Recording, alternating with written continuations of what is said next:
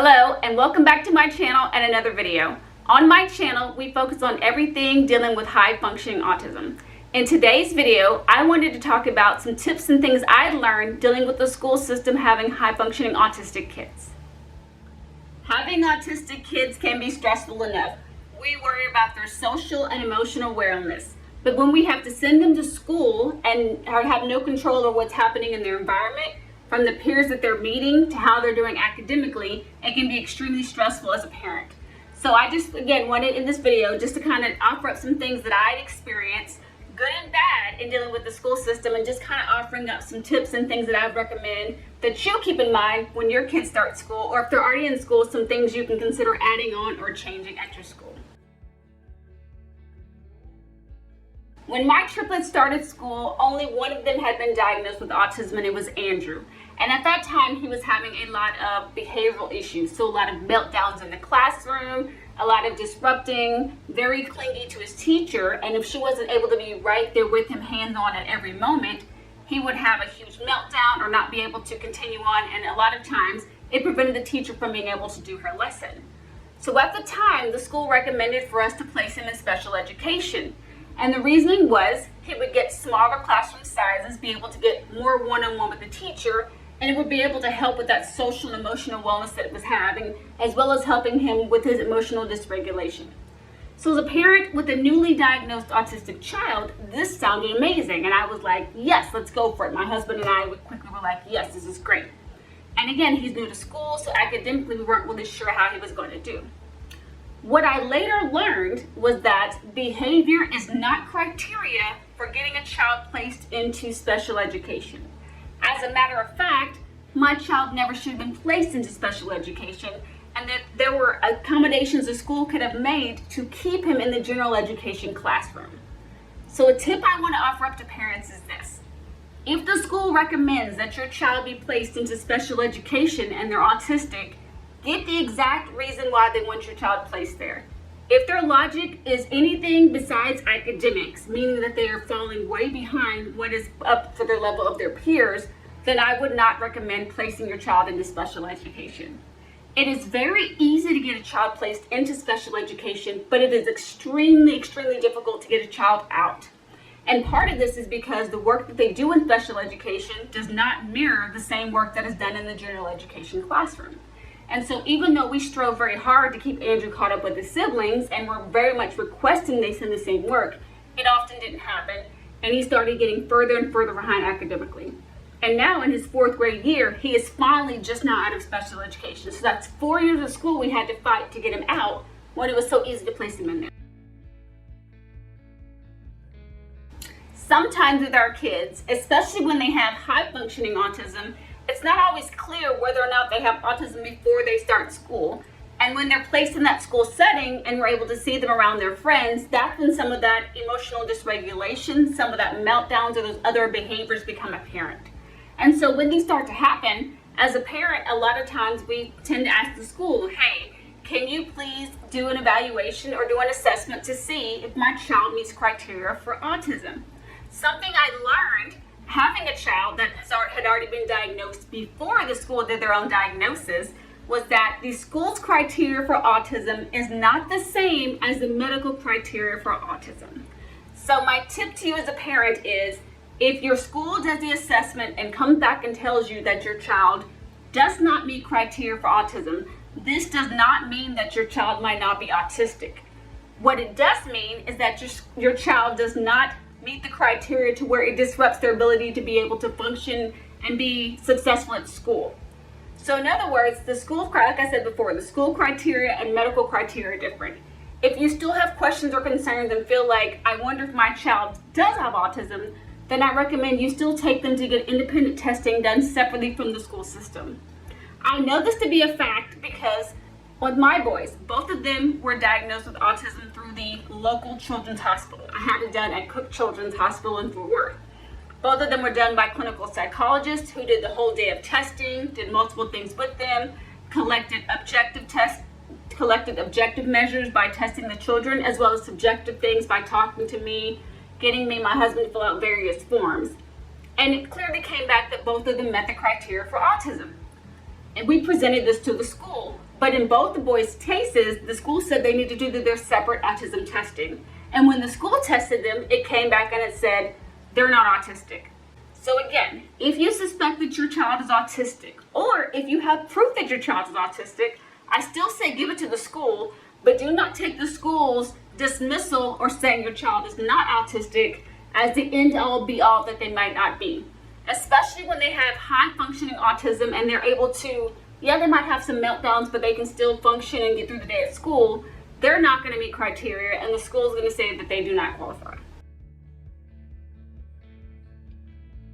When it comes to our kids, sometimes there are things we do as parents that need to be put in place for our child to be successful. And so it might be an accommodation that you know your child needs made so they can make it through the day. Especially, again, a child that is autistic. Because my children were very sensory, I knew that loud noises, startling, things like that would be too much for them. Andrew in particular, being in the lunchroom where it was super loud and noisy, it was overwhelming for him. And so I needed the school to make accommodations of either letting him wear headphones or letting him have a separate location to have lunch. And so another tip I want to make for you is that if you have something going on with your child, whether they have a health need or a mental health concern, you are able to request what is called an ARD meeting. And that's a meeting with the school so you can present the diagnosis that you've had given by whatever doctor, and also be able to have them coming up where they qualify for certain accommodations that you and the school agree on to be able to make sure that your school is successful. Don't be afraid to ask for it. And the good thing with that is once it's put in place, it's something that all the teachers have to go by. It's put in there for your child. You don't have to request it. It's automatically done. And it's just, again, a safeguard so you don't have to worry about your child being overwhelmed or things not being done to protect them and make sure that they have the best chance for success throughout the day.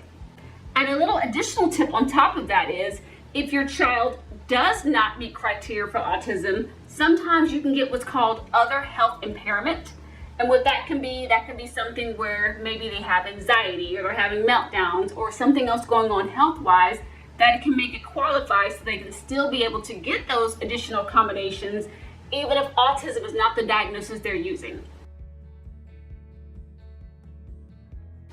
Kind of another tip that piggybacks off the last one when it comes to having the ARD meeting, something that a lot of parents don't realize is you're actually able to have other people with you for the ARD meeting to help advocate for you, advocate for your child. So if you have a family member who works in the school system or another teacher or somebody who's a therapist, or even if they already are getting ABA therapy, a BCBA therapist who's been working with your child and knows successful things that help your child be successful, you can actually request that this person be allowed to sit in with you at the ARD meeting so they can help advocate for you and be able to make sure that things are being done correctly to protect your child and make sure they are successful. I know for us this was extremely helpful. If it wasn't for our BCBA, we wouldn't have known that behavior was not a criteria to keep our child in special ed, and Angel would still be in special education classes. And another wonderful thing about having our BCBA there was she was able to tell the school, hey, these are things that we're doing at ABA. These are problem behaviors we're seeing. When we see this behavior, these things work very well to fix it. And so it was just a very seamless process to get those things carried over into the school system and through the school day. Just like every autistic child is different, so is every teacher that deals with an autistic child. And unfortunately, all teachers do not know how to manage or deal with autism behaviors the same way. This is not a knock to teachers, and I am in no way saying that teachers are not doing their best.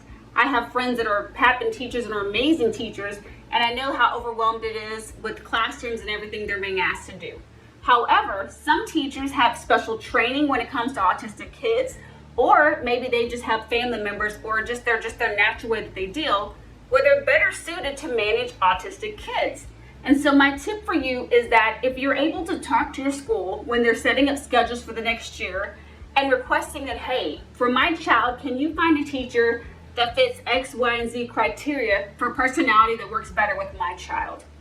My husband and I were very blessed that at the school that our kids attend, the principal there was amazing. And so she worked with us. So we were able to, she learned our kids, she learned Andrew, she learned Jason. And so she knew quickly, whenever the school year was coming, she would handpick the teachers that they had based off how she saw what worked better with them or what type of personality they did well with. Don't be afraid to ask. the worst they can say is, no, I'm sorry, there's nothing we can do. But if you do ask, they might say yes, and they might be able to accommodate in that area. And then you'll be able to let them know more about your child, what characteristics work better for your child, so that way they have a better chance for success throughout the next school year. Okay.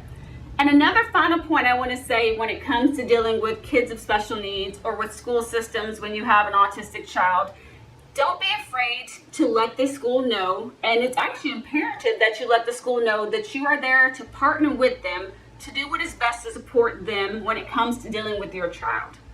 Often teachers get the bad end of the stick, and they often get blamed when they try to tell parents something going on with their child. So something my husband and I always do is we let the teachers know, hey, I know that it's difficult. I know that our sons have these disabilities. We understand that they're going to have meltdowns, frustrations, things of this nature.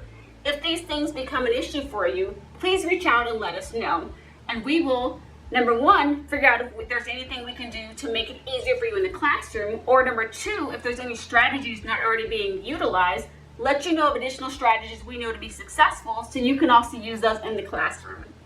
By partnering with the school and partnering with the teacher is now, you guys are working together for the same goal, which is helping your child be successful there. And so the teacher now is not afraid to let you know when something's happening. As a matter of fact, they look forward to it because they know that you're actually going to support them at home and back up whatever they're saying, as opposed to blaming them for something your child did. Well, all right, guys, that's all I have for you. I hope these tips have been helpful. I do plan on making another video giving more information into what the ARD process looks like, and also because I plan on also actually speaking with the school psychologist, and I'm actually kind of in that process, so I can let you guys know what criteria they use and how to go more in depth about that process, because I know that's something that I had a lot of questions about myself as a parent. But I'm still doing the research on that, but I'll get back to you on that one. If you do have any questions or comments about anything we discussed, please comment those down below, or if there's anything you need to know, and I will do my best to answer those questions or get you in connection with somebody who can better answer those questions for you. As you guys know, make sure to share this content with anybody you think might benefit from this information. I do put out new videos on Sundays. I'm going to, again, try to continue my once a week, but I will guarantee I'll do at least once every other week a video will be coming out on Sunday, but my goal is to continue the once a week on Sundays. And as always, guys, hope you enjoyed the content. See you next time. Have a great day. Bye.